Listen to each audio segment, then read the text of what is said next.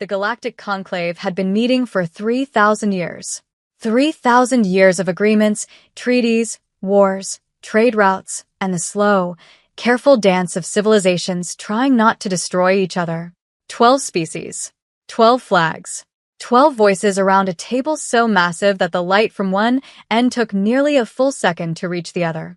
The table itself was a statement, carved from the crystallized remains of a dead star, polished by the hands of 100,000 workers from a dozen worlds, placed at the center of Station Bareth, a structure so large it had its own gravity, its own weather systems, and its own politics. Humanity had been sitting at that table for exactly 47 years. 47 years since the Conclave had found the small blue planet tucked in an unremarkable corner of the Milky Way, orbiting an average yellow star that nobody had bothered to look at closely. 47 years since a Velhari scout ship had picked up strange electromagnetic signals pulsing from the third rock in a quiet solar system and reported back to command. There is something here, but it is very small. Very small. That was the word they used. Not intelligent. Not interesting. Not dangerous. Small. Ambassador Lena Cole sat at the far end of the conclave table in a chair that had been built specifically for human proportions, smaller than every other chair at the table, lower to the ground, as though the architects had quietly communicated everything that needed to be communicated about humanity's place here, without saying a single word. Lena was 44 years old, sharp-faced, brown-skinned, with close-cropped gray hair that she'd earned through 12 years of negotiations that would have broken most people. She wore the deep blue uniform of the Terran Diplomatic Corps, a silver pin on her lapel in the shape of Earth, a small, blue circle, quiet and easy to miss. She had learned over the years to be comfortable being easy to miss. Across the table, the Velhari representative, Ambassador Sorvin, was speaking.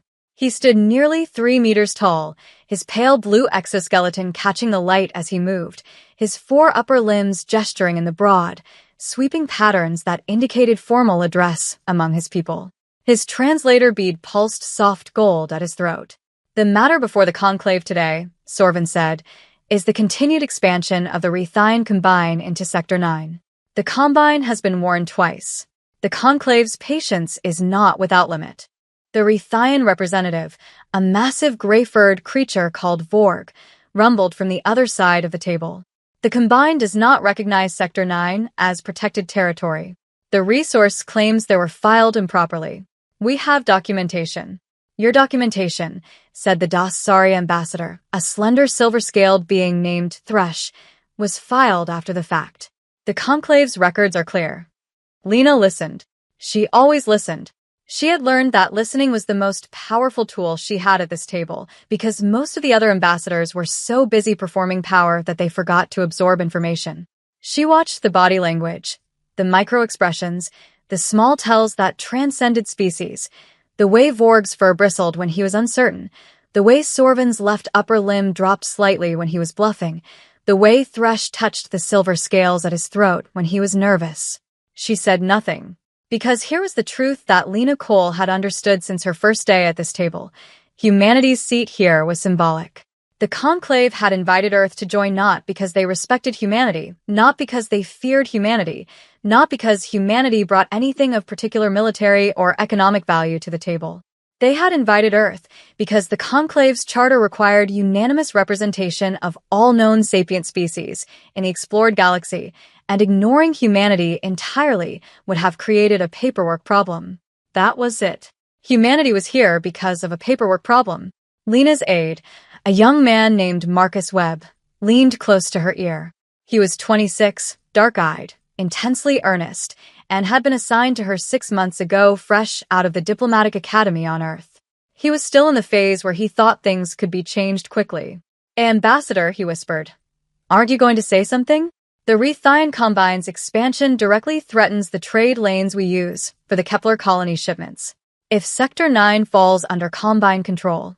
"I know," Lena said quietly. "Then, watch," she said. Marcus sat back, confused but obedient. He would learn. The debate continued for another 2 hours. In the end, the Conclave issued a formal warning to the Rethian Combine, the third such warning, which everyone at the table knew would be ignored exactly as thoroughly as the first two. The Kepler colony trade lanes were not mentioned. Human interests were not mentioned. At one point, Sorvin referred to the minor systems in the outer territories, which was the Velhari diplomatic way of saying Earth and its colonies, and not a single other ambassador reacted because everyone understood that the minor systems were just that, minor. When the session ended and the great curved doors of the chamber slid open, Lena stood, straightened her jacket, and walked out with the measured pace she had practiced for years. Around her, the other ambassadors moved in clusters, talking, gesturing, making the real decisions in the hallways that would never appear in the official transcripts. Nobody stopped to talk to her. Nobody made eye contact. The Velhari ambassador's aide, a young blue-shelled creature who couldn't have been more than a decade out of the larval stage, glanced at her as she passed, and then looked away with a particular brand of polite disinterest that was somehow worse than open contempt. Marcus caught up with her in the corridor. He stopped, searching for the right word. Tuesday, Lena said. That was Tuesday, Marcus. How do you stand it? She considered the question seriously, the way she considered everything. Outside the corridor's transparent wall, Station Vareth stretched away in all directions, a city in space, built over centuries, layer upon layer of civilization stacked on top of itself. Ships moved through the docking lanes in their hundreds, Velhari battlecruisers painted in their pale blue heraldry, Dasari trade vessels gleaming like silver fish, Rethian combined freighters the size of small moons hauling resources from a dozen conquered or annexed worlds. And there, at the very edge of the civilian docking sector, small and quiet and easily overlooked, the TDS Resolute, humanity's diplomatic vessel. It was a fine ship by Earth standards. By Conclave standards, it was roughly the size of a Velhari captain's personal shuttle. I stand it, Lena said, because I know something they don't. Marcus looked at her. What's that? She watched the Resolute through the glass for a moment. Then she turned and kept walking. Not yet, she said. But soon. Marcus didn't know what she meant. He wouldn't know for another 18 months, when the thing that Lena Cole had been quietly, carefully, patiently building for 12 years finally became impossible to hide. But that comes later. First, you need to understand how humanity got here. Not to the Conclave, that part you know, but to the place where 500,000 dreadnoughts became a thing that needed to exist. That story starts a long time before Lena Cole was born. It starts with fear. Humanity had always been afraid. This was not a weakness. The other species of the Conclave had never quite understood this, because most of them had evolved in environments where they were the apex. The Velhari had no natural predators on their home world. The Dasari were ocean creatures who had dominated their seas so completely that the concept of prey existed only in their very oldest mythologies. The Rethians were so large and so physically powerful that their evolutionary history contained a gap of nearly 200,000 years where nothing on their planet had even tried to challenge them. Humans had evolved on a world that was, by any reasonable measure, trying to kill them at all times. Ice ages. Droughts. Predators faster, stronger, and better armed by nature than any human being. Diseases that could sweep through populations with terrifying speed. Competing tribes of their own kind, equally desperate, equally dangerous. Humans had never had the luxury of assuming they were safe. Every human brain, shaped by millions of years of evolution on a planet that did not care whether they lived or died, had been built around a core of constant, vigilant, adaptive fear. And fear, it turned out, was one of the most powerful engines of creativity that the universe had ever produced. Because fear makes you prepare. Fear makes you build walls and then better walls, and then walls that could move. Fear makes you study your enemies until you understand them better than they understand themselves. Fear makes you run scenarios in your head at 3 a.m, playing out every possible way things could go wrong so that when they do go wrong, you've already thought about it. Fear makes you build things. Ships. Weapons. Shields. Contingency plans inside, contingency plans inside, contingency plans. Humans had been building contingency plans since before they had language to describe them.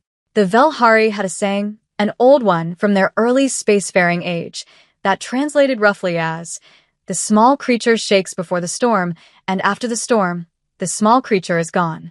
It was a proverb about fragility, about how small things don't survive big forces. They had not imagined, not even for a moment, that the small creature might spend every quiet day between storms building a bunker. The United Earth Defense Initiative had been established 23 years ago, in the 7th year of humanity's conclave membership, by a joint resolution of the Terran Parliament that had passed so quietly and with so little fanfare that most humans hadn't noticed it. The resolution was titled, in the dry bureaucratic language that governments use when they want something important to sound boring, Framework for Independent Terran Security Capacity Development, Clause 7, Addendum B. Nobody paid much attention to Clause 7, Addendum B. That was exactly the point. Director James Harker had run the UEDI for 16 years. He was 61 years old, built like someone who had once been athletic and had gradually been compressed by decades of desk work and worry into something denser and more solid, with white hair cropped close and eyes that had the particular quality of someone who had stared at very large problems for a very long time. He was sitting in his office on Lunar Base 7 when his comm chimed and Lena Cole's face appeared on the screen.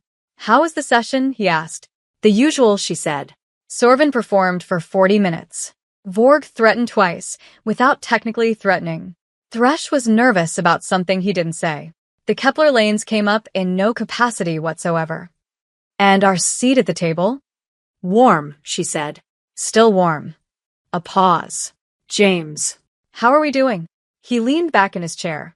Through the window behind him, the lunar surface stretched away, gray and still and ancient, with Earth hanging in the black sky above it, blue and white and impossibly beautiful. He looked at it for a moment, the way he always did when she asked him this question, as though the planet itself was a reminder of why the answer mattered. "We're ahead of schedule," he said. Division 7 completed their 3rd hull series last month. The Kepler shipyards finished the new dry dock. Titan is fully operational and producing at 112% of projected capacity. How many? As of this morning? He picked up a data pad and looked at the number, even though he knew it by heart. He just liked to look at it. 487,216. Lena was quiet for a moment. "And the crews? Training? All of them. We've been running the rotation programs for 8 years now. Every Terran Defense Force pilot who qualifies goes through the program, and the qualifying standards have been," he smiled slightly, "quietly adjusted upward every year for the past 6 years. We have enough." "The Conclave can't know," she said. "The Conclave doesn't know," he said. "We've been very careful. Everything is registered as civilian infrastructure, the shipyards, the supply chains, the fuel depots. The hulls are listed as freight vessels in the outer registry. Nobody looks closely at freight vessels in the outer registry. Sorvin's intelligence division looks closely at everything. Not at things they've already decided aren't worth looking at," Harker said. "That's been our greatest protection all along. They don't look at us because they don't think we matter. And they won't look until it's too late to matter whether they look." Lena nodded slowly. "How long?" Harker set down the data pad. 13 months to full complement. 18 months to full crew readiness. If everything goes to plan, and I don't want to jinx anything, Lena, we will be ready. Then I need to keep them uninterested in us for 18 more months, she said. "You're good at that." "I'm tired of being good at that," she said. But she said it without bitterness, just the flat statement of a fact, the way you might say it's cold outside or the shuttle is late. Just a thing that was true. 18 months, Harker said. 18 months, she agreed. The screen went dark. In a small conference room 3 corridors away from the conclave chamber, the Velhari ambassador Sorvin was meeting with 2 of his intelligence staff. The room was swept for listening devices twice a day, standard procedure, and the conversation was conducted in Old High Velhari, a ceremonial language that fewer than 3,000 living beings understood. "The Terran ambassador," said the first intelligence officer, a compact being named Ress, "continues to demonstrate minimal engagement in conclave proceedings. Her influence over other delegations remains statistically negligible. The human colony at Kepler has not grown beyond projected parameters. Their defensive assets and home system consist of," she consulted her data crystal, 47 warships of varying classes, none exceeding the mass equivalent of a Velhari third-tier cruiser. "They are not a factor," said the second officer. "They are not a factor," Ress agreed. Sorvin was quiet for a moment, looking out the small viewport at the slow movement of ships through Veritha's docking lanes. He watched a Terran freight hauler, a boxy, inelegant thing, maneuver carefully into a civilian berth. "Keep a routine eye," he said finally. "Standard protocol for minor species." "Standard protocol," Russ confirmed. Nobody in that room would think about humanity again for almost a year. Back on the TDS Resolute, in her small private cabin that smelled faintly of recycled air and the instant coffee she drank too much of, Lena Cole sat at her desk and looked at a photograph. It was old, printed on actual paper, which almost nobody did anymore. A family picture. A woman in her 50s, a man the same age, and between them 2 children, a girl of about 12 and a boy of about 9. They were standing in front of a house. There were trees behind the house, and the sky was that particular impossible blue that only happened on Earth in the middle of summer. The girl in the photograph was Lena. The people on either side of her were her parents, David and Ruth Cole, both of whom had worked in the Terran Agricultural Ministry their whole lives, growing food on reclaimed land in what used to be called Kansas. People who had never once in their lives sat at a conclave table or been invisible to 3-meter-tall ambassadors or stood in corridors where nobody made eye contact. People who had believed, with the uncomplicated certainty of people who had not yet been told they should stop believing it, that their children could matter. Lena looked at the photograph for a long time. Then she put it face down on her desk, the way she always did when she had work to do, because looking at it while she worked made her too human. And being too human here was not yet an advantage. Not yet, she thought. But soon. The thing about being underestimated is that it gives you time. Time to think. Time to build. Time to do the slow, unglamorous, unnoticed work that doesn't look like anything until suddenly it looks like everything. Humanity had been given a great deal of time. Not on purpose. Nobody at the conclave had sat down and decided to give humans space to develop. It was simpler and more careless than that. The other species had simply looked at Earth and its people and calculated, consciously or not, that there was no rush. That whatever humans were doing out in their little corner of the galaxy, it wasn't important enough to monitor closely, wasn't growing fast enough to be a concern, wasn't fundamentally something that needed to be taken seriously. They had made this calculation based on what they could see. What they couldn't see was everything that mattered. The Kepler shipyards were not called shipyards in any official document. They were listed in the Terran Registry of Commercial Infrastructure as the Kepler Deep Space Resource Processing and Logistics Hub, a designation so boring that even the humans who worked there occasionally forgot what they were actually building. The facility sprawled across 3 asteroid bodies in the Kepler system, connected by pressurized transit tubes and magnetic freight lines, with the main production complex buried deep inside the largest asteroid, 2 kilometers of solid rock between the work and the stars above, invisible to every sensor sweep that didn't know exactly what to look for. Chief Engineer Rosa Delgado had been running production at Kepler for 9 years. She was 53, small and precise, with dark eyes that missed nothing and hands that bore the particular scars and calluses of someone who had spent decades working with heavy industrial equipment. She had grown up in a port city on Earth's Pacific coast, daughter of a cargo loader and a systems mechanic, and she had gone into engineering the way water goes downhill because it was the natural direction for someone built the way she was built. She had not known, when she took the job at Kepler, what the job actually was. The recruiter had been careful. The paperwork had been thorough. She'd spent 3 months thinking she was signing on to manage a real logistics hub before the day that Director Harker himself had appeared on her comm screen, introduced himself, told her what she was actually building, and asked her a single question. "Do you want to be part of this?" She had not asked why. She had not asked whether it was legal, or ethical, or possible. She had looked at the schematics he sent her, the first schematics, just rough outlines of what they were planning, numbers that seemed absurd, and she had done the engineering math in her head with the automatic, casual speed of someone who had been doing engineering math since she was old enough to count, and she had said, "We're going to need bigger asteroid." Harker had laughed. "We have 3. We'll need more," she'd said. "But yes, I'm in." That had been 9 years ago. Since then, Rosa Delgado had turned 3 asteroid bodies and a dream into the most productive shipyard in human history, a shipyard that, to anyone looking at the official records, did not exist. The ships they built were called Dreadnoughts, but that word had been chosen carefully, not for drama but for accuracy. They were not the graceful, elegant vessels that the Velhari preferred, long and pale and swooping, like enormous deep-sea creatures translated into metal. They were not the ornate, jewel-like Dasari trade ships, built to be beautiful because the Dasari believed that beauty was itself a kind of power. They were not the massive, brutish Rethyan war barges, which were essentially flying fortresses, designed to be so overwhelming in size that they could win battles before they started. Terran Dreadnoughts were built by human engineers for human pilots, and they reflected, in their design, everything that human evolution had spent millions of years building into their creators. They were adaptable.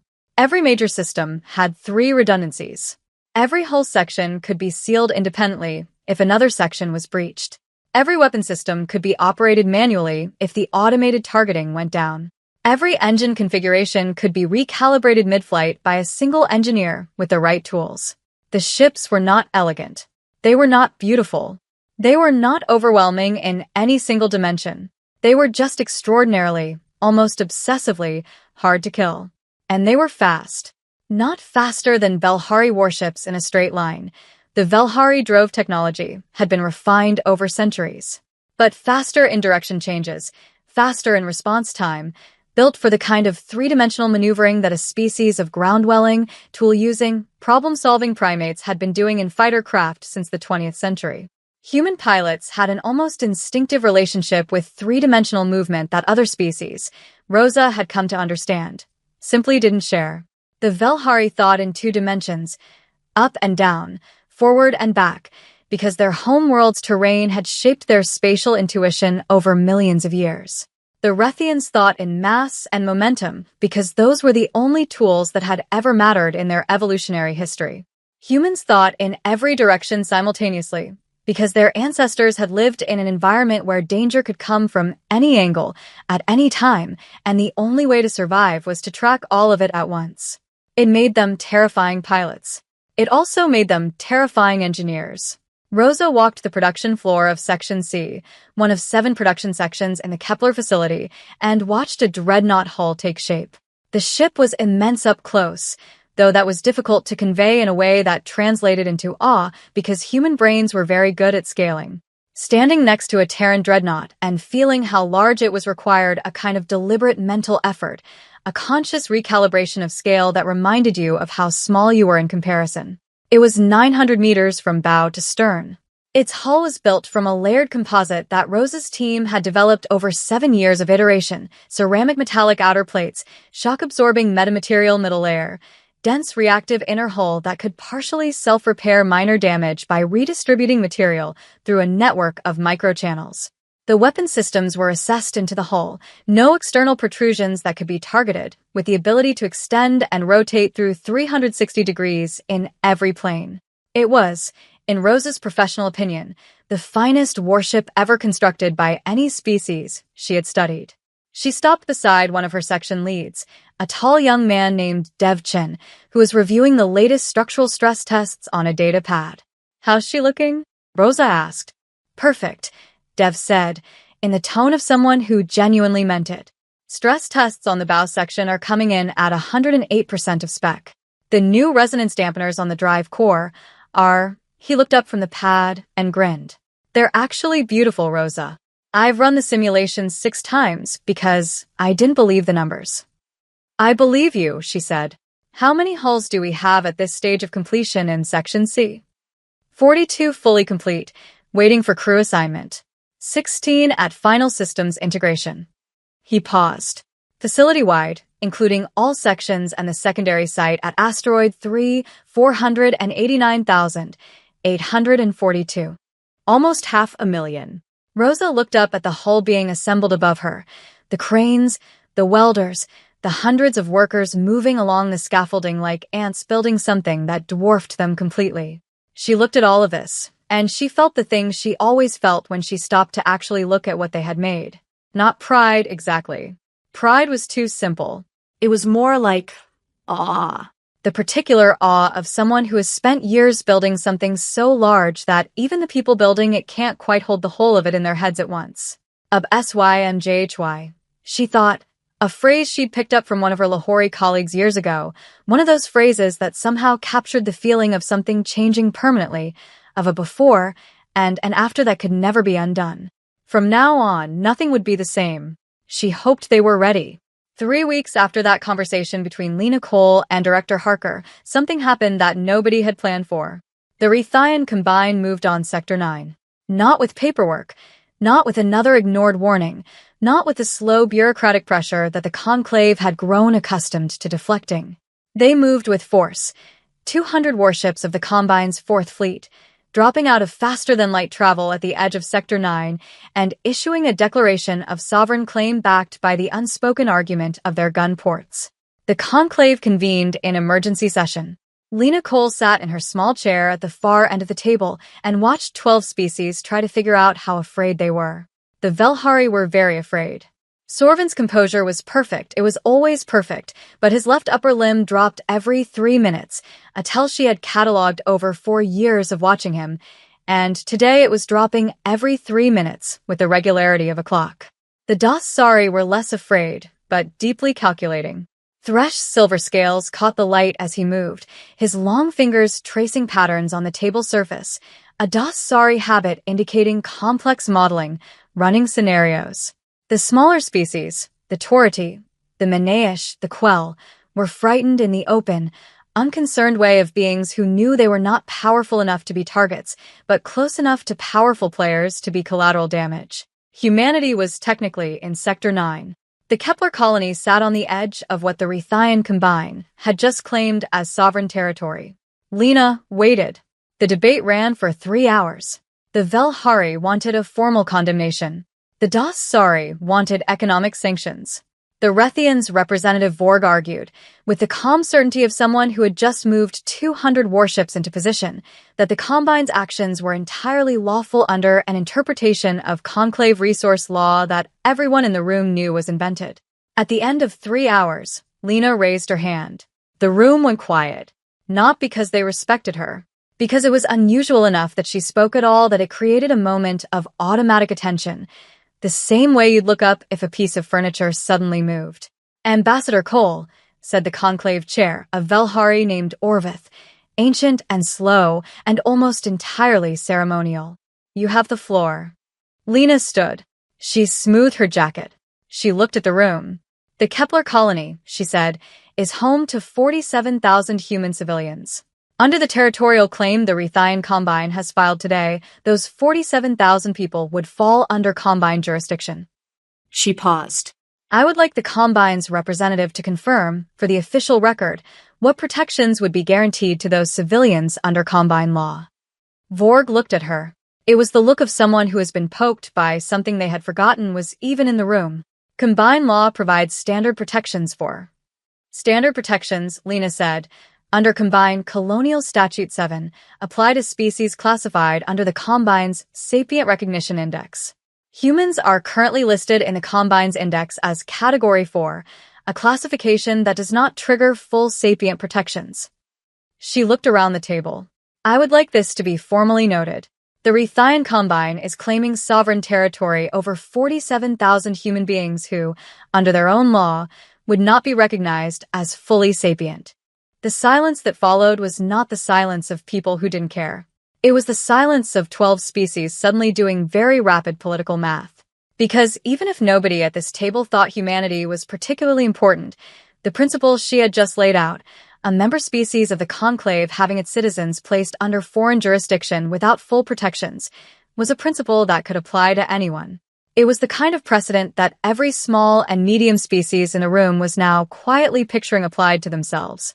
It was the kind of speech that didn't change any minds about humanity, but it changed the math. The conclave issued a formal injunction against the Rethian Combine's territorial claim within the hour. The injunction had teeth, economic sanctions, trade restrictions, a freeze on Combine membership privileges, and the 200 warships withdrew from Sector 9 within 48 hours. Lena went back to her cabin on the Resolute and sat at her desk and drank a full cup of terrible instant coffee without tasting it. Marcus knocked on the door and came in with an expression like someone who had just watched someone pull off a magic trick. That was... Don't, she said. It was masterful. It bought us time, she said. It didn't change anything. Vorg will be back in 6 months with a different paperwork argument and a slightly larger fleet, and the Conclave will issue another injunction, and the Combine will test whether the injunction has any more teeth than it did before. She looked at her coffee. We need 17 more months. Give or take. Because of... Marcus hesitated. He had a vague sense by now that there was something he didn't have clearance to know. The thing you haven't told me about. Yes, she said. Because of that.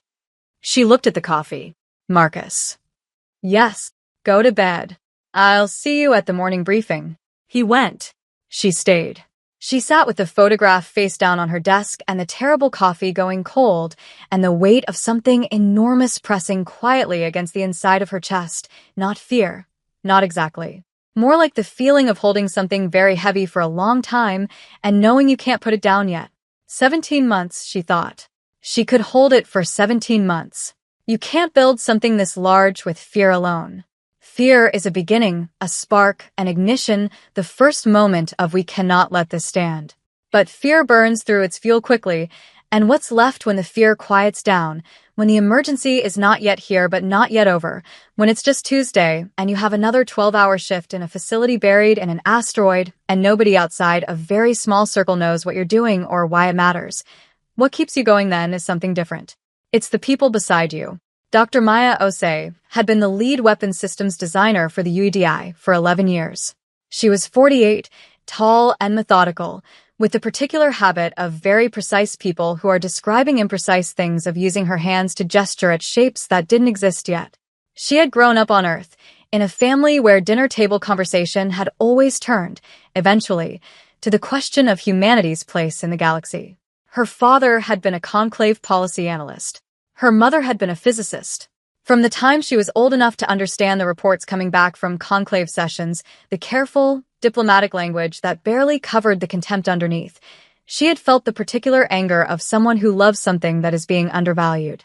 She had become a weapons designer because she understood, in a very direct and practical way, that the only argument that matters to someone who doesn't respect you is one they can't dismiss. The weapons she had built were extraordinary. Not because she had invented new physics, though she had contributed meaningfully to several theoretical advances that had quietly never been published. The weapons were extraordinary because they were designed by someone who had spent 11 years studying every weapon system used by every conclave member species and asking the same question about all of them. What are the assumptions this was built on? Every weapon system was built on assumptions. The Velhari energy cannons assumed a target that was relatively stationary because the Velhari battle doctrine was built around massive coordinated broadsides, line-of-battle tactics that had dominated Velhari military thinking for centuries. The Dasari precision weapons assumed a target whose shielding systems they understood because Dasari weapons designers worked from an almost philosophical certainty that if you understood something perfectly, you could defeat it perfectly. The Rethian weapons assumed that raw power was sufficient because for most of Rethian military history, it had been. Terran weapons assumed nothing. They were built to be reconfigured mid-fight, to switch between modes, to solve problems that weren't anticipated in the design brief because human weapons designers had a cultural habit, deeply ingrained, going back to the first humans who picked up a rock and asked what else it could be used for, of building tools that were more flexible than they needed to be. Maya had also, in the last 3 years, developed something that she discussed with almost nobody, a theoretical understanding of Velhari shield harmonics that suggested a very specific, very narrow window of vulnerability. She had not told anyone but Director Harker. Not because she was secretive, she wasn't, but because she was a scientist, and the one thing that made her more uncomfortable than a weapon she didn't understand was a weapon whose target she had told too many people about.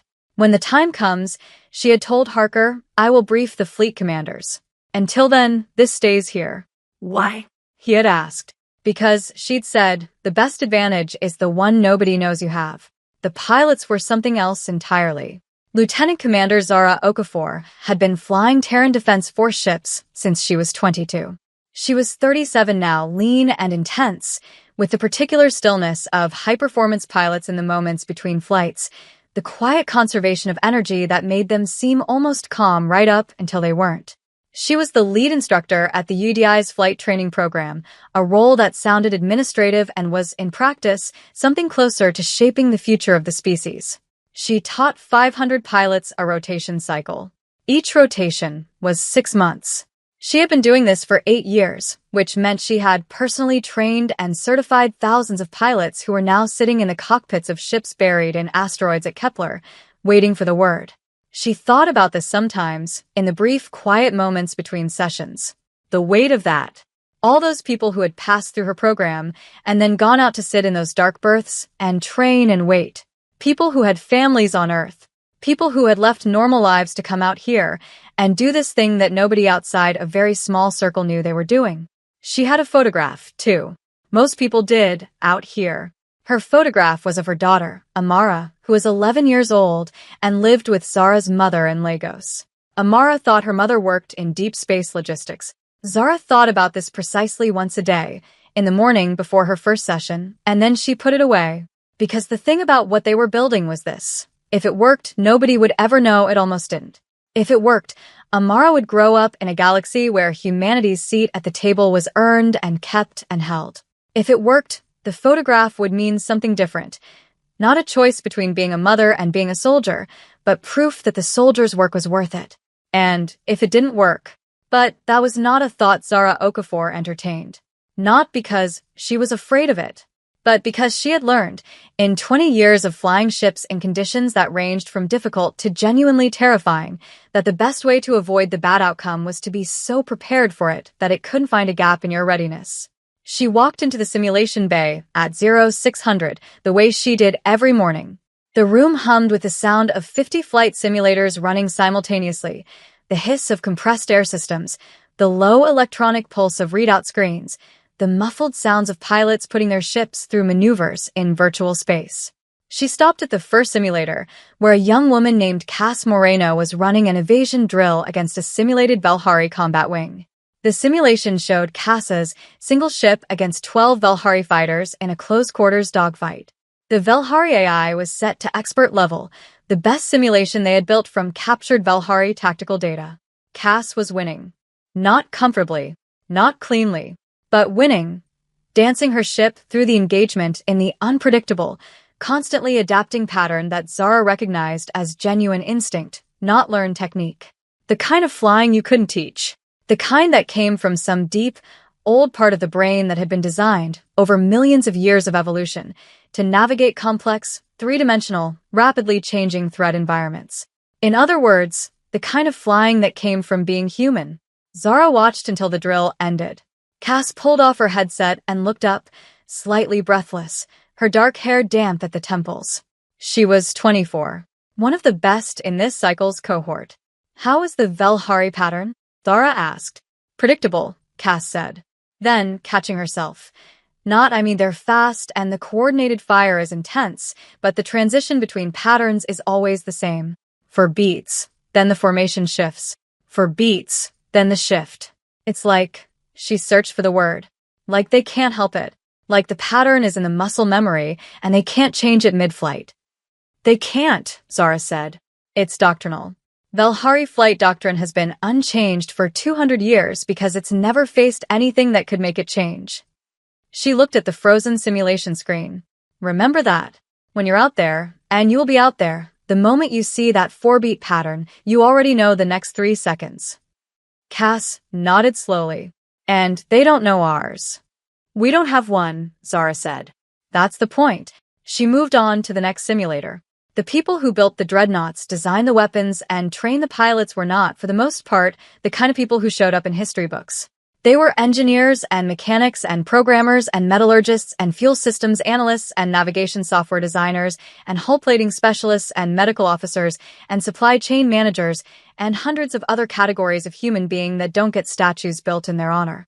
They were people who had been given a problem and had solved it, the way humans solve problems, with creativity and stubbornness, and the particular refusal to accept limits that had carried their species from hunting prey on the African savanna to building 500,000 dreadnoughts in an asteroid field 60 light-years from home. Director Harker knew all of their names. Not because he was required to. Not because there was any protocol that demanded it.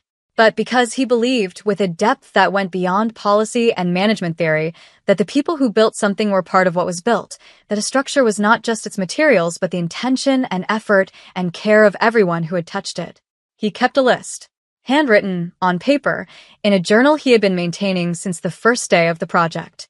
Every name he could find, every contribution he knew about. He updated it weekly. The journal was 3 volumes long now and growing. He thought, sometimes, about what it would mean for those names to be known, about the day, if the day came, when the list could be made public, when the people on it could say, openly, what they had done and why. He wanted that for them. He wanted it more than he wanted almost anything. Of SYMJHY, he thought, without knowing exactly where the phrase had come from. It had been in common use among the UDI staff for years, picked up from somewhere and spreading the way phrases do when they capture something that needed to be captured. From now on, things would be different. He wrote another name in the journal. Then he went back to work. 15 months in. 2 months to go.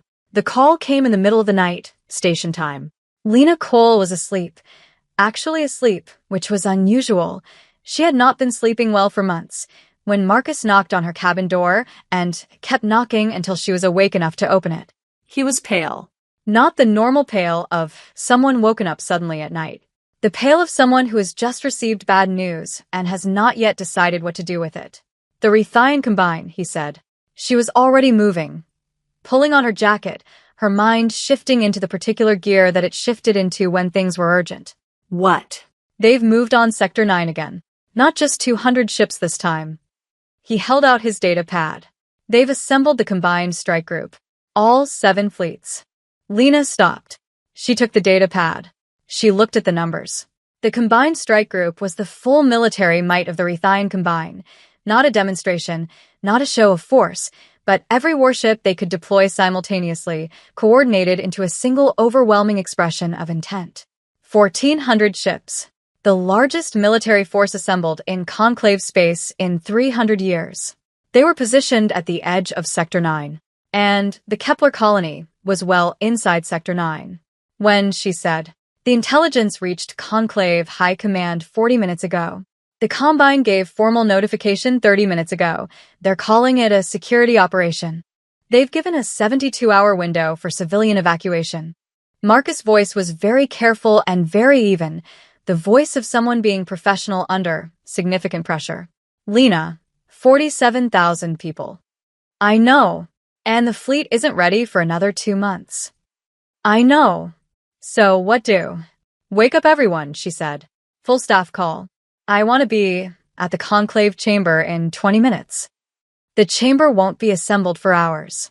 Then I'll be early. She was already pulling on her boots. And call Harker. Tell him what's happened. Tell him, she stopped. Thought. Tell him we might need to move the timeline. He said 18 months. 2 months early, she said. Tell him 2 months early.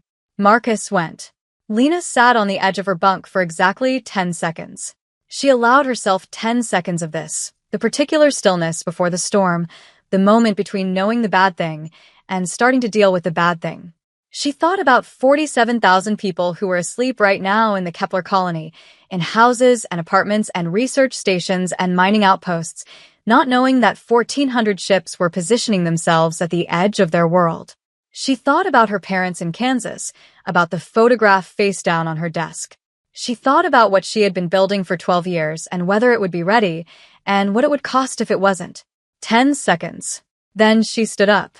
The emergency session convened at 0300 station time, and it was one of the worst 3 hours Lena had ever sat through. Not because it was chaotic.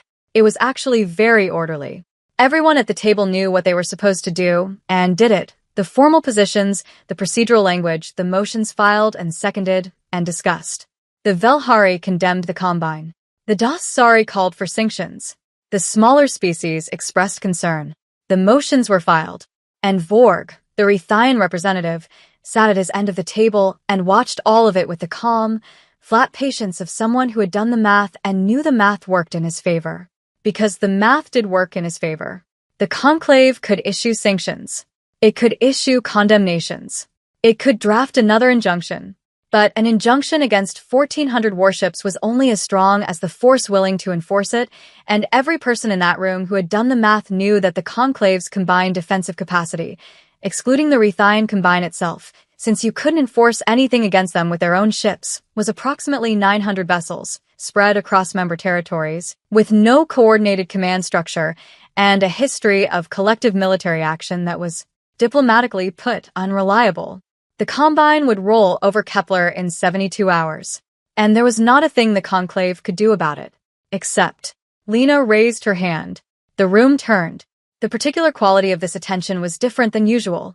Less polite surprise, more something edged and desperate, because everyone in the room had done the same math and knew they needed an option they didn't currently have. "Ambassador Cole," said Chair Orvith. "You have the floor." Lena stood. She had been preparing this speech for 12 years. Not writing it. She hadn't written it down, not once, because she had been afraid that writing it would make it real in the wrong way, would give it a fixed shape that might not fit the moment when the moment came. Instead, she had carried it the way you carry something you know you'll need, carefully in the back of your mind, in the part of you that is always planning even when you're doing something else entirely. "The Conclave," she said, "has issued 3 injunctions against the Rethine Combine's expansion into Sector 9. All 3 have been ignored. The Combine has been sanctioned, warned, and formally condemned by this body multiple times, and none of it has changed their behavior because, and I say this with the full weight of 12 years of observation, the Combine does not believe the Conclave's enforcement mechanism is real." Vorg's expression didn't change. "They are correct," Lena said. "Currently, at this moment, the Conclave does not have the military capacity to enforce its own injunctions against the Combined Strike Group. The numbers do not work." Sorvin's composure cracked slightly. Not by much, just the faintest stiffening of his upper limbs, the ghost of an expression that meant, "Where is this going?" "Therefore," Lena said, "I am formally placing before the Conclave a motion to invoke Article 14 of the Terran Membership Charter." Silence. Marcus, in the gallery, looked at his data pad, frantically. He found the article. Read it. Looked up with an expression she would have found funny under other circumstances. Article 14 of the Terran Membership Charter was a clause that had been inserted into humanity's membership agreement 47 years ago as a formality, a standard provision that appeared in all member charters, rarely invoked, mostly ignored. It read, in the dry technical language of conclave law, "In circumstances constituting an existential threat to a member species' sovereign territory, the member species in question may formally request the full defensive support of the conclave body and may additionally commit to the common defense any and all Terran military assets deemed appropriate by the Terran diplomatic mission. Any and all Terran military assets. I am formally requesting conclave support under Article 14, Lena said. And I am formally committing, on behalf of the Terran diplomatic mission and the United Earth Defense Initiative, the full Terran military response." Another silence. Longer this time. Sorvin leaned forward. "Ambassador Cole." His voice was very careful. "What Terran military response?" "I have," Lena said, "been waiting for you to ask me that." She looked at Harker's channel on her comm, still open from their conversation at 0200. He was ready. She gave him the word. The word went out from Lunar Base 7 at 0320 station time. It traveled at the speed of quantum-encrypted communication across 60 light-years of space, through relay stations buried in asteroid fields and disguised as navigation beacons, through command chains that had been built and tested and rehearsed in silence for years. It was a single word because that was all it needed to be. Caro. It was a word that had spread through the UEDI the same way the phrase of SY, MJHY had, organically, passed from person to person until it was just part of the culture, meaning something that couldn't quite be expressed in standard English, a combination of now and rise and we are ready, and the sound of something that has been held still for a very long time finally being released. Caro. In the berths of Kepler Deep Space Resource Processing and Logistics Hub, which everyone who worked there now called, openly, the Kepler shipyard's 489,842 ships woke up. Not all at once. There was a sequence, a choreography that Rosa Delgado had designed and rehearsed 40 times over the past 3 years. Every rehearsal flawlessly executed, every timing refined until she could close her eyes and hear the sequence in her head like music. The power-up sequence began in Section A, the oldest part of the facility, where the first ships had been completed. 2,000 drives igniting in sequence, their emissions masked by the asteroid's mass until they were fully operational, then rising in controlled columns through launch corridors that had been cut through the rock over years of quiet excavation. Then Section B. Then Section C. Then the secondary facility at Asteroid 3, and the tertiary facility at Asteroid 7, and the distributed berths spread across 30 other smaller rocks in the system, all of it waking up in the order Rosa had planned, wave after wave after wave. Rosa stood in the main control center and watched the boards light up. She had a headset on. The chatter of 2,000 simultaneous launch sequences filled her ears. Call signs, status reports, confirming checklist items, the professional shorthand of people who were very well trained doing very difficult things calmly. Around her, 60 staff watched 60 boards, tracking every section of the deployment. Dev Chun was at the station beside her. He glanced at her once, and his expression was... There wasn't a word for what his expression was. She had never seen it on a person before. She thought maybe it was the expression of someone who has built something for so long that they stopped quite believing it was real, and now it is real, and the brain is trying to catch up to the fact of it. "How are we looking?" she asked, even though she could see the boards. "Perfect," he said. She watched the numbers climb. Lieutenant Commander Zara Okafor's ship was designated TDS Vigilant, a Class 1 dreadnought, the largest classification in the Terran fleet, 912 meters from bow to stern, crewed by 48 people, armed with 12 primary weapon systems and 47 secondary systems, powered by a fusion drive array that Rose's team had pushed to 115% of original spec. Zara had been assigned command of Vigilant 3 years ago, when it rolled off the production line in Section A. She had spent 3 years learning every meter of it, running her crew through every drill, studying every system until she understood not just what it did but why it did it and what it would do when it did it wrong. She knew her ship the way she knew her own hands. At 0321 station time, she brought the Vigilant online. The bridge hummed to life around her, screens, readouts, the steady pulse of systems confirming themselves healthy and ready. Her crew moved through their stations with the brisk efficiency of people who have prepared for this exact moment for years. At the navigation station, Lieutenant Park J1, 31, formerly a freight pilot, best three-dimensional spatial awareness of anyone Zara had trained. At weapons, Lieutenant Soo Kim, 34, steady and precise, with a quality of focused calm under pressure that Zara had spent years trying to cultivate in others and had simply found, already fully formed, in Soo. At engineering, Chief Petty Officer Dom Santos, 42, who had been Rosa Delgado's student 11 years ago, and who could diagnose a drive problem by sound alone. At communications, Ensign Priya Mehta, 26, who had the rare gift of maintaining clarity under intense communication load. And at the command chair, Zara herself. "All stations," she said. "Status." The confirmations came in, one after another, clean and fast. Navigation ready. Weapons ready. Engineering ready. Communications ready. Medical ready. She looked at her forward screen, where the launch corridor stretched ahead of them, a long rectangular tunnel cut through rock, leading up and out into space. "Vigilant, this is Fleet Control," said a voice in her headset. "You are cleared for departure. Wing 7 is forming up at Rally Point Delta." "Vigilant copies," Zara said. "We are go for departure." She looked at her crew. They looked back at her.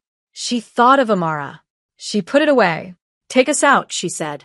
The first ships emerged from the asteroids like something impossible, like a dream that doesn't follow the rules of the world you built it in.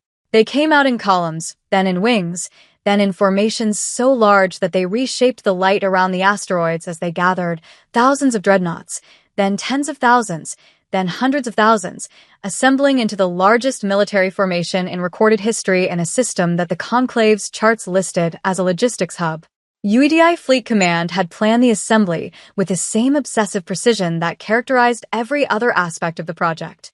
The formations had been designed not just for tactical effectiveness, but for the communication they would send, the specific, unavoidable, visceral communication of 500,000 warships arranged in perfect order. Not scattered. Not disorganized. not the scrambled response of a species caught off guard and throwing everything it had. Ordered, deliberate, patient. "We have been ready for a long time," the formation said, without a word. "You just didn't know to look." At the edge of the Kepler system, far enough out to be in clear space but close enough to make the geometry undeniable, the fleet assembled. It took 4 hours and 17 minutes. At the end of those 4 hours and 17 minutes, the sensor arrays of a Rethian Combine scout ship positioned at the edge of Sector 9, put there to watch the Kepler colony in preparation for the strike group's arrival, registered something that caused the scout ship's sensor officer to check their readings 3 times before filing a report, because the readings didn't make sense. The readings said that the Kepler system, which was supposed to contain a logistics hub and 47,000 civilians and no meaningful military capability, now contained 500,112 warships. The scout ship's captain read the report. Then she read it again. Then she sent it to Combined Strike Group Command with the highest priority flag in the Combine's communication system. And in the flagship of the Combined Strike Group, a Rethian warship so massive it had its own gravity well, Admiral Garoth read the report and set it down and looked out the viewport at the stars. "That can't be right," he said. "Admiral," said his sensor chief, "we've cross-referenced with 3 independent arrays. The readings are—" "I heard you," Garoth said. He was quiet for a long time. 500,000 ships. The Rethian Combine's combined strike group was 1,400 vessels, the largest military force in active deployment in the galaxy. The force that had never once, in Rethian military history, met anything larger than itself. He looked out at the stars. "Get me the conclave," he said. Lena Cole was still standing at the conclave table when the message from the Rethian Combined Strike Group came in. She had not sat down. She hadn't planned that. It wasn't performance. She was just still standing because she had been standing when she made the motion, and there had seemed to be no natural moment to sit down, and she had been watching the room for the past 4 hours with the attention of someone who has waited a very long time for something to happen and doesn't want to miss a second of it. The message from Admiral Garoth arrived at 0741 station time. The conclave chamber's main display, an enormous curved screen at the far end of the room that was usually used for maps and treaty text, filled with the image of a Rethian admiral, gray-furred and massive, with an expression that was very carefully controlled. "Conclave," Garoth said. "I am requesting clarification of the military assets currently assembled in the Kepler system." A pause. Under the Terran flag. The chamber went completely silent. Every ambassador at the table was still. Even the Velhari aides in the gallery above had stopped their quiet movements. The entire room had the specific quality of people whose mental models of the world have just been very severely challenged. Sorvin was looking at Lena. He had been looking at her since she made the motion, not with the polite, dismissive inattention she was used to from him, but with the intent, focused look of someone trying to figure out how much they had missed and when they missed it. Lena looked back at him. Then she looked at the screen. "Admiral Garoth," she said, and her voice was calm, not artificially calm, not performed calm, but the genuine calm of someone who has played out this moment in their heads so many times that the reality of it feels familiar. "What you are seeing is the Terran Defense Force, 1st through 8th Combined Fleets, operating under Article 14 of the Terran Membership Charter, which the Conclave ratified 47 years ago." She paused. "To be precise, you are looking at 500,112 Terran Dreadnoughts." Garoth's jaw moved slightly. He wasn't speaking. He was processing. "The Terran Defense Force," Lena continued, "is formally requesting that the Rethian Combined Strike Group withdraw from Sector 9 within the next 24 hours, in compliance with the Conclave's standing injunction." She looked at him directly. "I understand this is an unexpected development. I wanted to give you the full picture before the formal request, so that the decision you make is fully informed." Another silence. Longer. Then Garoth said, very quietly, "Your 47 warships." "I beg your pardon?" Lena said. "The Conclave's intelligence assessment," Garoth said. "For the Terran system. 47 warships." His voice was still controlled, but there was something underneath it, not fear, exactly, because Rethian admirals did not become admirals by feeling fear in tactical situations. More like the recognition of an error so large it had structural implications. That was the assessment. That was our home system's registered defense capacity, Lena said. The Conclave's open records. We didn't falsify anything. She paused. We simply built the rest somewhere that wasn't included in the assessment. Garoth looked at her for a long moment. Then he looked at the stars. I will contact Combined Strike Group Command, he said. The feed cut. The conclave chamber erupted. Not loudly. These were ambassadors, trained for exactly the kind of professional control that prevented loud eruptions. But the room filled with rapid side conversations, urgent whispered exchanges, aides being summoned and dismissed, and the underlying vibration of a collective power structure being rapidly recalculated. Sorvin reached Lena's end of the table first. He moved quickly for a 3-meter exoskeletal being, and he was at her elbow before she had fully sat down, his translator bead pulsing as he spoke in low, rapid Velhari, not old high Velhari. She noticed the diplomatic ceremonial language. Just Velhari. The language people used when they forgot to perform. Ambassador Cole. The intelligence assessment on Terran military capacity was accurate, she said. For home system. The shipyards in the Kepler system are registered as logistics infrastructure in the Conclave's commercial registry. She met his gaze, which we filed correctly. 47 years ago. Sorvin was quiet for a moment. His left upper limb dropped, way down, the lowest she had ever seen it. When, he said, and there was something genuine in his voice that she had never heard from him before. Not anger, not calculation, something rawer than that. When did you start building? She thought about it. About Harker at his desk with the first sketches. About Rosa Delgado in an asteroid field 9 years ago, saying we'll need a bigger one. About Zara Okafor in the flight simulation bay at 0600 and Maya Ose drawing weapon specifications on digital whiteboards, and Marcus Face when he first understood what he'd been assigned to. About her parents in Kansas who had believed, without complicated reasoning, that their children could matter. A while, she said. Sorvin held her gaze for a long time. Then he said, You are not what we thought you were. No, she said. We're not. Thresh, the Sari ambassador, came next. Then the representatives of the Torati, the Menaish, the Quell, and 5 other species who had, for 4.5 decades, barely acknowledged humanity's presence at this table. They did not all come at once. They came one by one, or in pairs, in the careful way that powerful people approach someone whose power they have just been forced to recognize, with the particular combination of respect and recalibration that is honest without being gracious. She heard different things from each of them. The Torati ambassador, a small shimmering being named Alf, told her that his people had always expected great things from humanity. Lena smiled and did not say what she thought. Thresh was more direct. He said, We will want to renegotiate the trade framework. She said, We'll schedule it. The Quell representative, speaking through a complex translator array because the Quell communicated primarily in electromagnetic pulses, told her that humanity's approach to this situation was historically unprecedented in its strategic patience.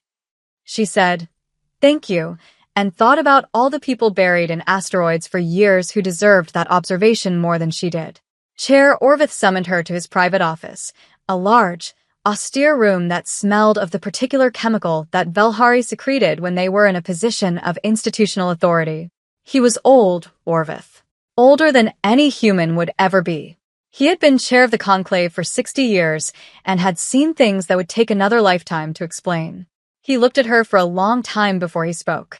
The conclave, he said finally, has made assumptions about your people.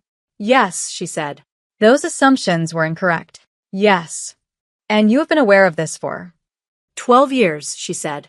More or less. He was quiet. You could have corrected us, he said. Would you have listened? He considered this carefully. He was a being who had spent 60 years at the highest level of galactic governance. He considered things carefully because he had seen what happened when you didn't. No, he said finally. We would not. Then I chose not to correct you, she said. I chose to build something that couldn't be ignored. You have done that, he said. He looked at the floor, then back at her. There will be renegotiations of the charter, the trade agreements, the security framework. I know. Humanity's representation at this table will be equal, she said. Not symbolic, not courteous, equal. He looked at her. Then he said, In the slight, formal inclination of the head that was the Velhari gesture of genuine respect, a gesture she had seen him use exactly twice in 12 years of observation, both times with species that had earned it. Yes. She went back to her seat at the far end of the table. She sat in the small chair, the low one, built for human proportions. She thought, that chair's going to change. News travels fast in a galaxy connected by quantum communication. Faster, in some ways, than people are ready for it. The story broke on Conclave public networks at 0900 station time, less than 2 hours after the meeting with Admiral Garoth. Terran Defense Force deploys 500,000 DREA-DNOU GHD fleet in response to Rethian aggression. The headline was followed by a sensor feed, live, uncut, the actual sensor data from the Kepler system translated into a visual that any sapient being in the conclave could understand. 500,000 ships. In formation. Under one flag. The response across conclave space was, to use a word that transcended species, seismic.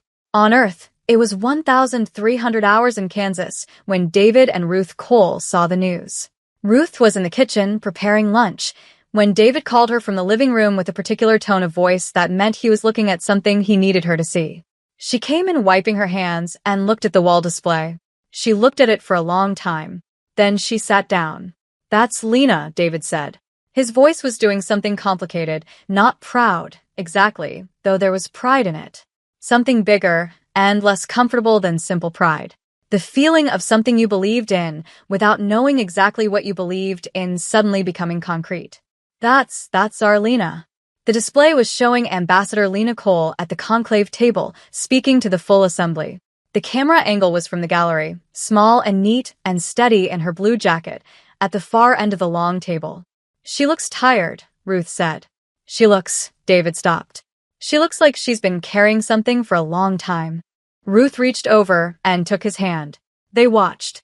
On Lunar Base 7, Director Harker was in his office when the news broke. He was already watching the sensor feeds from Kepler, had been watching them since 0321, since Kara went out because he had not been able to leave his desk, could not have left if he'd wanted to. He watched the feed and watched the numbers and watched the formations assembling in space 60 light-years away, and he felt the specific emotion that you feel when something you have spent the best years of your life building turns out to be real. He opened his journal. The 3rd volume. He found the last page he'd written on, and he picked up his pen, and he wrote one line. It worked.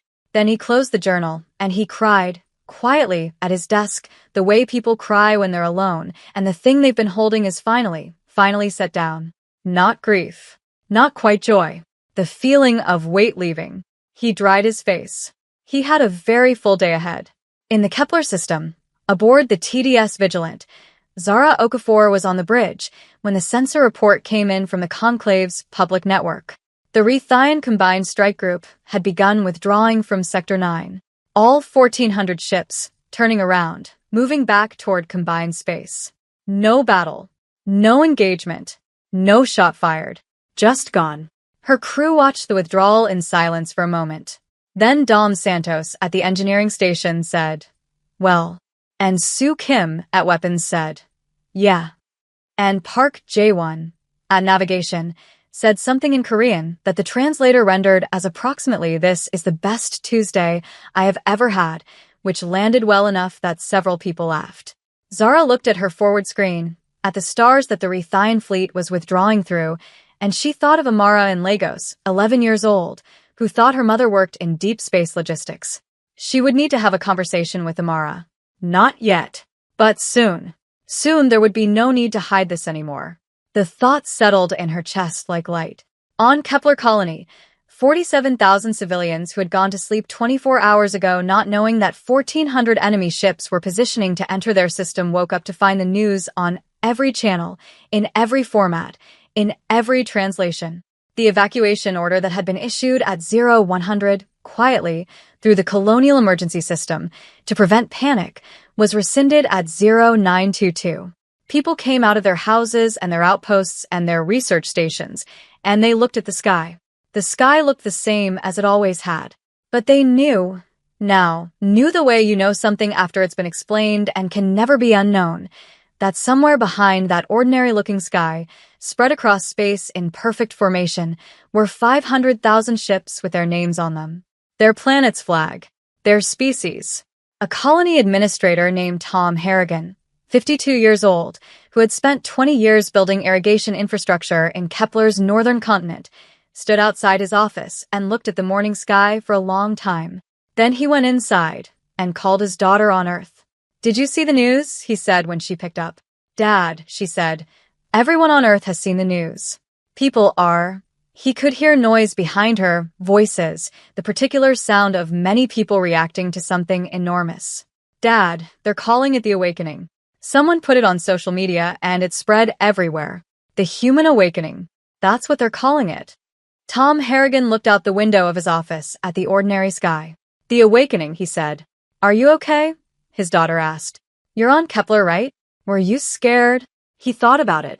The honest answer was yes, deeply, in the specific way you're scared when something very large is coming toward the people you care about and you can't do anything about it. But the other honest answer was, not for long. "I'm good," he said. "I'm really, really good." Admiral Garoth did not sleep for 36 hours after filing his withdrawal order. He did not sleep because he was doing what all good military commanders do after a significant event. He was reviewing everything he had known, everything he had assumed, and everything he had built on top of those assumptions, looking for where the fault line ran. He was a thorough person. He had not become admiral of the Rethian Combined Strike Group by being anything other than thorough. He was also, by the standards of his species, unusually honest with himself, a quality that was not always considered an asset in Rethian military culture, which had a complicated relationship with the idea that you might be wrong. He was wrong. Comprehensively, structurally, from the foundations upward. Wrong. He sat in his command suite on the flagship and pulled up every intelligence report about Terran military capacity from the past 20 years. He read them all. Every one. The same language, the same data, the same confident summaries, 47 warships, minimal defensive capability, negligible threat, no strategic significance. He read them, and he thought about the 500,000 ships in the Kepler system, and he understood, with the particular clarity that comes after a significant shock, exactly how this had happened. They had not been wrong about the data. They had been wrong about what to do with it. They had received data, a species with limited visible military infrastructure, a small number of registered warships, a diplomatic presence that was consistent but not assertive, and they had processed that data through a filter that said, small means weak, limited means limited, quiet means nothing there. They had put the data into the machine of their assumptions, and the machine had given them an answer that was tidy and comfortable and completely disconnected from reality. Because the reality he could now see very clearly in retrograde was this. A species that evolved in a dangerous environment and reached space was not small because it was weak. It was small because it was new. And new things grow. He thought about the 47-year arc. First contact, conclave membership, 47 years of sitting at the far end of the table in a small chair, never making waves, never asserting itself. 47 years of being exactly as invisible as the other species needed them to be. While they built, he thought about the patience that required, the discipline, the strategic intelligence, not just the intelligence to make the plan, but the intelligence to stick to it for 4 decades, through every slight and dismissal and diplomatic insult, and never flinch. He had been in military service for 40 years. He had served under 4 supreme commanders and fought in 3 major conflicts. He had studied strategy at the finest military institution in the Combine. He had never encountered strategic patience of that order. And he had underestimated it because it had come from a species that everyone had agreed, without particularly examining the agreement, was not significant. He filed his full incident report at 0800 on the second day. It was honest. It was thorough. It was the kind of report that could end a career, and he wrote it anyway because the alternative, filing a report that softened the reality, would have made him into the kind of admiral who didn't deserve the position. The Terran Defense Force, he wrote, represents a strategic asset of the First Order. The fundamental assumption underlying all previous Combine assessments of Terran military capacity was the belief that what we could see was all that existed. That assumption was incorrect. The Terrans built in concealment, within the letter of conclave law, Over a period of approximately 2 decades, a fleet that exceeds the combined military capacity of all other Conclave member species. This was accomplished through the deliberate exploitation of our assumption that they were not worth watching carefully. He paused. Then he added one more line. I recommend that all future assessments of Terran intentions and capabilities be treated as first priority intelligence, with the recognition that the Terrans have demonstrated the capacity and the willingness to operate on timelines that exceed our standard strategic planning horizons by an order of magnitude. He submitted the report.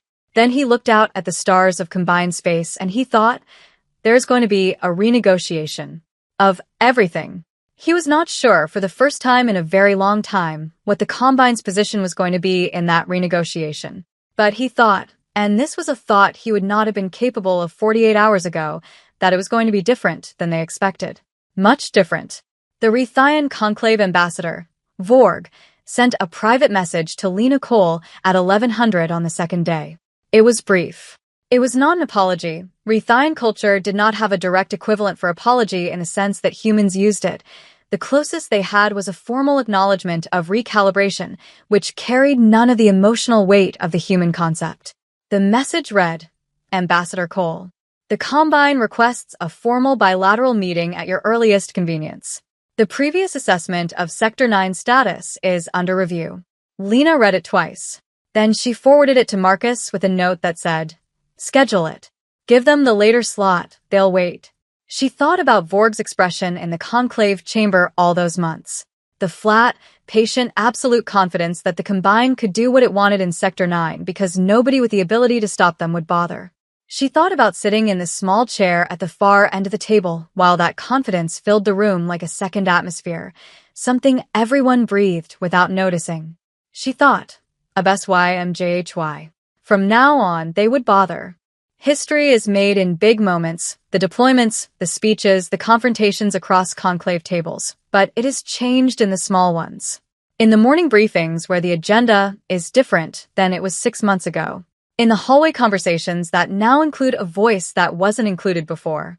In the seat that is replaced and the new one that arrives, and the way the people around the table rearrange themselves. Not dramatically, not all at once, but in the small continuous adjustments of beings recalibrating their understanding of who matters. 6 weeks after the Kepler standoff, the conclave convened to amend the membership charter.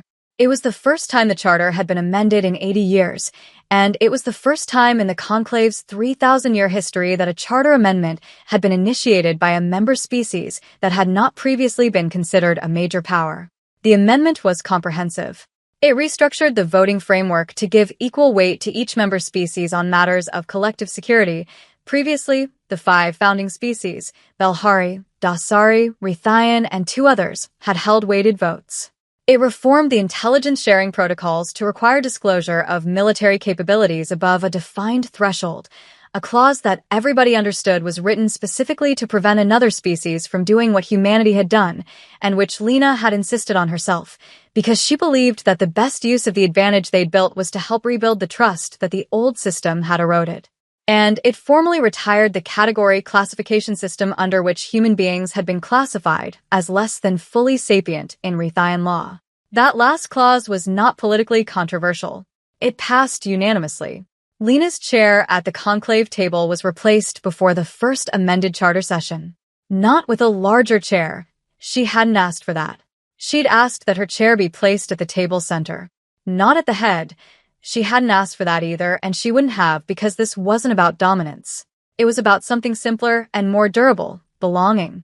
She sat in the new chair, at the center of the table between the Dasari and Torati ambassadors, and she listened to the room the way she had always listened, carefully, with the attention of someone who understood that information was the most valuable resource in any room. But this time, when she raised her hand, people listened before they knew they should. Marcus Webb came to her office 2 months after the standoff with a report and an expression she recognized, the expression of someone who has learned something that reorganized what they thought they knew. I went back, he said, to the founding records, the conclave's original charter. And the seat placement, he said, the small chair at the end. I assumed it was institutional habit, that they'd always place new members at the end until they'd been there long enough to. He stopped. It wasn't habit.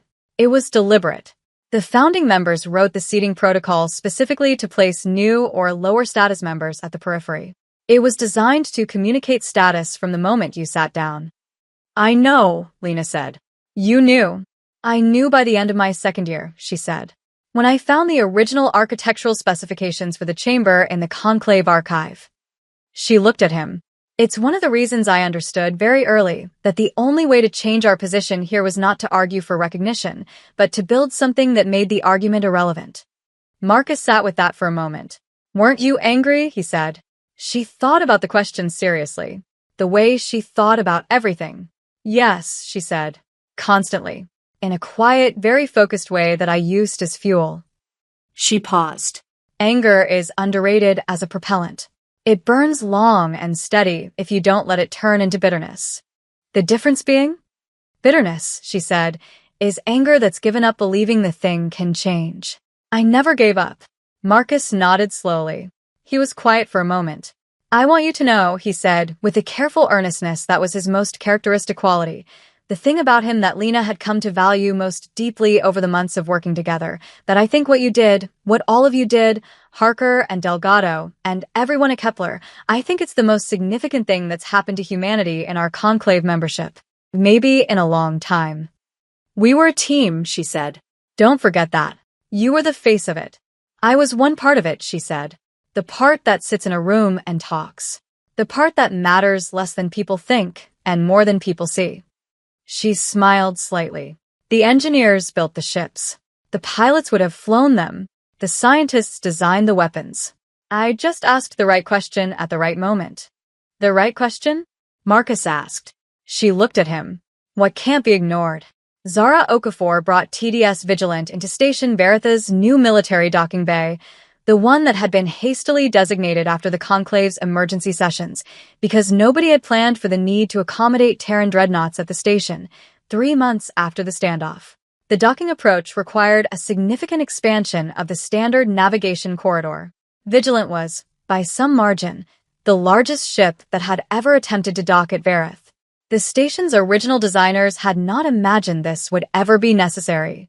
Zara navigated it with the particular attention of a pilot who takes challenging docking situations seriously, with Park's navigation data laid against her own instincts, and she felt the thump of magnetic clamps engaging with a specific satisfaction. Well done, she said to the bridge crew. Velhari Docking Authority is saying our clearance took 17 minutes of negotiation, Park reported, with what she recognized as restrained amusement. They had to redesign 3 approach vectors on the fly. Tell them we appreciate the accommodation, Zara said. She left the bridge in Sue's hands and walked through the ship to the main airlock. In the junction corridor outside the lock, she paused. She pulled out her comm and opened her messages to Amara. She had called Amara the morning after the withdrawal, as she'd thought she would. It had been a longer conversation than she expected, not because Amara was surprised exactly, but because 11-year-olds have a very practical approach to significant information. They want to know all the facts, and then they want to know what happens next, and then they want to know when you're coming home. When are you coming home was the question Zara had been most afraid of. The answer, not yet, there's a lot of work, but soon, had been accepted with the particular equanimity of a child who has been raised by a grandmother who believes that competent people should be trusted to handle things, and who has always quietly believed her mother was among the most competent people on any planet. Zara typed a message, docked at Station Verith. Working. Thinking of you. Then she went through the airlock and into the station. The crew of the Vigilant were given 48 hours of shore leave at Verith. Most of them spent it the way human beings spend sudden, unexpected free time after sustained, high-pressure work. They wandered. They ate things they hadn't eaten in months. They found bars that served the specific combination of familiar and new that made them feel like they were discovering something. They found viewing platforms and looked out at the stars. Dom Santos found a mechanical workshop in the civilian district, a Torrity engineering firm that worked on environmental systems for the station, and spent 6 hours helping them with a heat exchanger problem that had been giving them trouble for weeks, simply because he happened to be walking past when the shop manager was staring at the unit with the expression of someone who was running out of ideas, and Dom found the expression familiar and went in to help. The shop manager, a Torrity named Vel, was initially baffled by the offer and then, as Dom got to work, increasingly impressed, and by the end of the 6 hours they had solved the problem, and Vel had taught Dom 3 Torti maintenance techniques that Dom spent the rest of the shore leave thinking about. Sue Kim visited the Conclave's public cultural archive and spent most of a day in the Dasari history section, reading about the Dasari's early spacefaring age. She told Priya later that she'd expected to find it triumphalist. Species histories usually were the version of the story where your people are the heroes, but it was stranger and more interesting than that. They write about all the mistakes, she said, in detail. There's a whole section called The Generations We Got Wrong. I kept reading it thinking, this is so honest, I don't quite know how to respond to it. Priya had spent her shore leave in the communications district, which was where the various species information networks intersected, and she had been tracking the coverage of the standoff and its aftermath across Conclave media. She reported back to Zara, formally, in the way she reported everything, systematically and without editorial embellishment. The Velhari press is calling it a strategic realignment, she said. The Dasari networks are mostly focused on the Charter Amendment and what it means for trade framework renegotiation. The Rethian state media is not covering it directly. They're running general programming about combined resource policy. She paused. Non-conclave independent networks, there are about 40 I can access, are calling it the human awakening. That term is everywhere. Also Caro. It's turned up in about 60% of independent coverage untranslated. They're using the human word. Zara absorbed this. And the human networks? Priya's expression changed slightly. Celebratory. Intensely so. There's a lot of, the word vindication comes up a lot. Also words like finally and we knew and she paused. There are a lot of people posting about family members they didn't know were at Kepler, whose names they're just finding out. People who were part of this that their families. She stopped. Zara thought about Amara. Yes, she said. That's going to be a significant conversation for a lot of people. Are you all right? Priya asked. I'm working on it, Zara said. The hardest part was not the years. The hardest part was not the patience, the hiding, the long arc of building something that couldn't yet be named. Those things were difficult in ways that rewarded stubbornness, and humans, on the whole, were very good at stubborn. The hardest part was the people you didn't tell. Rosa Delgado flew back to Earth 3 months after the standoff and went to see her parents in a small house in what used to be called Southern California, now part of the Pacific coastal region. Her father was 81, her mother 78.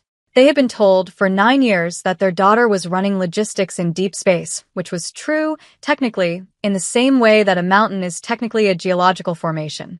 She landed at the regional port and rented a car and drove the road she had driven hundreds of times to reach the small house with the red door and the old fig tree in the front yard, and she sat in the car for about 5 minutes before she went in.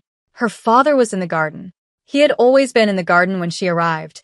He said the garden told him when she was coming, which she had always assumed was the kind of thing fathers said, but which she was no longer entirely confident was wrong. He looked up when she came through the gate, and his face did something complicated and immediate. There she is, he said. She hugged him. She was not a particularly demonstrative person, the engineering background, the management position, the years of being the one in the room who was calm when everyone else wasn't. She hugged her father in the garden anyway, and held on for longer than she usually did, and he let her, and he patted her back in the way that hadn't changed in 40 years. I saw the news, he said. Yeah. That was you. Some of it. He held her at arm's length and looked at her. He was a small man, dark-eyed, with hands that looked like hers, the same shape, the same capability, the same evidence of years of work. How long? 9 years, she said. He was quiet. Did it work? He asked. It worked, she said. He nodded. Not surprised, not performing surprise, not performing anything. Just absorbing it, the way a person absorbs a fact that changes the shape of things they thought they knew. Good, he said. They went inside. Her mother made food. There was a lot of food. Her mother always made a lot of food, on the principle that the presence of food was both comfort and celebration, and she preferred to be prepared for both. They sat at the table in the small kitchen that smelled exactly the way it had always smelled, and they ate, and Rosa told them everything. Not everything she could tell publicly, not the classified pieces, though most of it was being declassified now in stages. The personal everything. The first day she understood what she was really building. The first hull that rolled off the line and made the numbers real. The rehearsals. The years of grinding repetitive work that was unglamorous but necessary. The people she had worked beside. The day Kara went out. Her mother cried a little, quietly, while listening. Not from sadness. Rosa didn't think it was sadness. More like the emotion of having held something, worry, distance, 9 years of not quite understanding where her daughter was or what she was doing, and feeling it release all at once. Her father listened without interrupting. When she finished, he was quiet for a long time. Then he said, "Caro." "Yeah," she said. "SYMJHY," he said, in a voice that made her think he understood the phrase better than the people who had coined it. "Yeah," she said again. Director Harker flew to Kansas. Not officially, not as director of the UEDI, which was now a publicly known organization with a public mission statement and a staff photo on a government website. He went personally, in a civilian shuttle, because Lena Cole's parents were not the kind of people you visited officially. They were the kind of people you visited because you owed them something that couldn't be expressed in a memo. He knocked on the door of the house in Kansas, and Ruth Cole opened it and looked at him. "Director Harker," she said. "Mrs. Cole," he said. "I came to tell you your daughter is one of the finest people I have ever known. And I wanted you to hear that from me directly because—" He stopped. He had planned this more carefully in his head. Because she spent 12 years being invisible on purpose, so that something important could happen. And the people who do that don't always get to hear what they built. Ruth Cole looked at him for a moment. Then she said, "Come in." David Cole was at the table with a cup of coffee and the expression of a man who had been thinking about something long enough to be calm about it. He stood up when Harker came in, and they shook hands, and they sat down, and Ruth made coffee, and they talked for 2 hours. They talked about Lena as a child. Not the ambassador, not the diplomat, but the girl who had been fierce and quiet and determined in the way of people who have decided something fundamental without being able to explain it yet. They talked about what it had been like for them, these 12 years of proud distance, of seeing news fragments from the conclave that didn't quite capture what their daughter was doing there, of not knowing how much she was doing. At one point, David Cole said, "She called us. After. The day after the standoff." "What did she say?" Harker asked. "She said, 'Dad, I built something.' And I said, 'I saw.'" He looked down at his coffee cup. "And she said, 'It worked, Dad. It actually worked.'" And then she didn't cry. Lena doesn't cry on calls. She's always been like that, but she sounded like she almost did. He paused. "I think she'd been holding that for a long time." Harker thought about the journal. 3 volumes of names. He thought about the day Kara went out. She had, he said. She really had. 1 year later, the conclave's new security framework had been in operation for 11 months. The charter amendments had been ratified, the trade agreements renegotiated, the seating arrangements changed. The Rethine Combine had withdrawn from the Sector 9 territorial claim completely and filed a formal acknowledgement, the Rethine equivalent of a significant diplomatic gesture, of the Kepler colony's sovereign status. The UEDI had been formally disclosed to the conclave and its fleet information shared as required under the new transparency protocols. The dreadnoughts remained in deployment because the fleet was real and the commitment was real, and the conclave's security calculus had been fundamentally rebuilt around the fact of them. But they were not at battle stations. They were not positioned for conflict. They were doing the slow, ordinary, important work of a military presence in a stable structure, patrols, logistics, joint exercises with Dasari defense forces, the gradual integration of humans into conclave security operations that turned the fleet from a shock to a fact. Lena Cole was still at Station Verith. She had been offered a state return to Earth, a formal procession, ceremonies, the kind of recognition that governments give to people who have done things that cannot be adequately expressed in less elaborate form. She had deferred it, not declined. She would go, eventually, when the work here was stable enough to leave for a few weeks. But there was still work. There was always still work. She was sitting in her new office, a real office, not a cabin on a diplomatic vessel, with a desk and a window that looked out on the station and the docking lanes, when Marcus knocked and came in. He was different these days. Not entirely. The earnestness was still there, the intensity, the quality of someone who is always thinking about things just a beat faster than he's talking about them. But had been tempered by the year, by what he'd been through, by the understanding of complexity that comes from being in the room when complex things actually happen. He had, Lena thought, become very good. The Velhari ambassador's office confirmed the bilateral meeting for Thursday, he said. The Tordi representative wants to add the Environmental Compact review to the agenda. I said we discuss it as a separate item. Fine. The Dasari Trade Commission sent a revised proposal.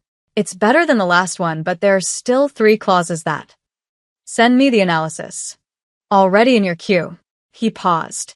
Also, and this came in this morning, the Quell representative is requesting observer status on the joint defense exercises. Lena looked up. The Quell were a small species. Their home system was in the Outer Territories, one of the minor systems that the old Conclave framework had never quite acknowledged as significant. They had been at the table for 100 years and had never been asked to contribute to security operations. Grant it, she said. Without consultation? Who would I need to consult? Marcus thought about it.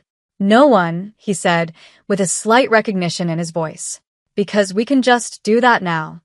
Because we can just do that now, she agreed. Lena went to the viewport window in her office. The station spread around and below her. Vareth, 3,000 years of civilization layered on itself.